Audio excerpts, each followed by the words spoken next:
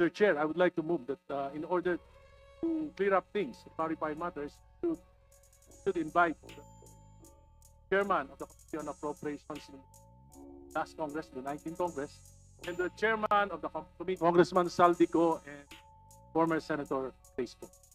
Mr. Chairman, August 4 ako nagsabi, 2025 budget is the most corrupt budget. Hanggang ngayon, wala akong narinig na denial man lang sa previous chairman o sa previous members ng committee.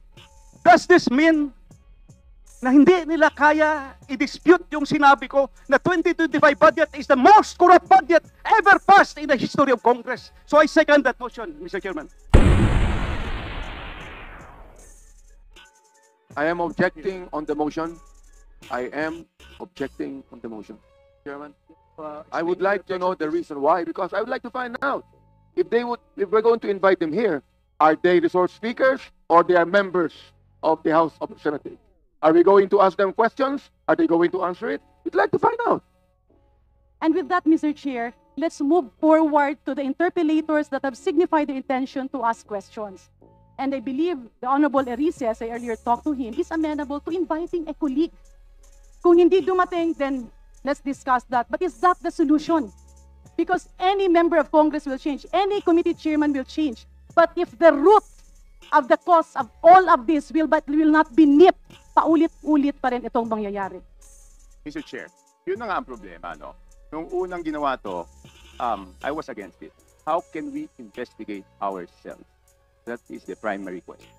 So kung ang isang congressman, sabi nyo kanina kahit sino masagasaan, wala tayong sasantuhin, kahit congressman, kahit senador.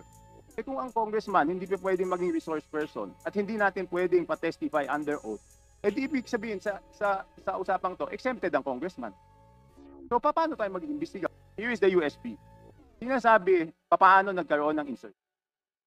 Under the name of Congressman Saldico, ang insertion sa BICAM as proponent siya is 13,803,693,000. And we do not want to invite him as a resource person. Mr. Chair, sorry. Comsec, can you show this? Para lang Yeah. sabihin hindi Mr. Chair, with due courtesy. Wait, I have the floor. Yeah, I have the floor. Yeah, but I have Mr. the floor. No, Mr. I Chair. have the floor. Just to, on the I have the record, floor. On the record, Mr. I Chair. have the floor. We did not refuse to I invite. have the floor. Mr. Chair,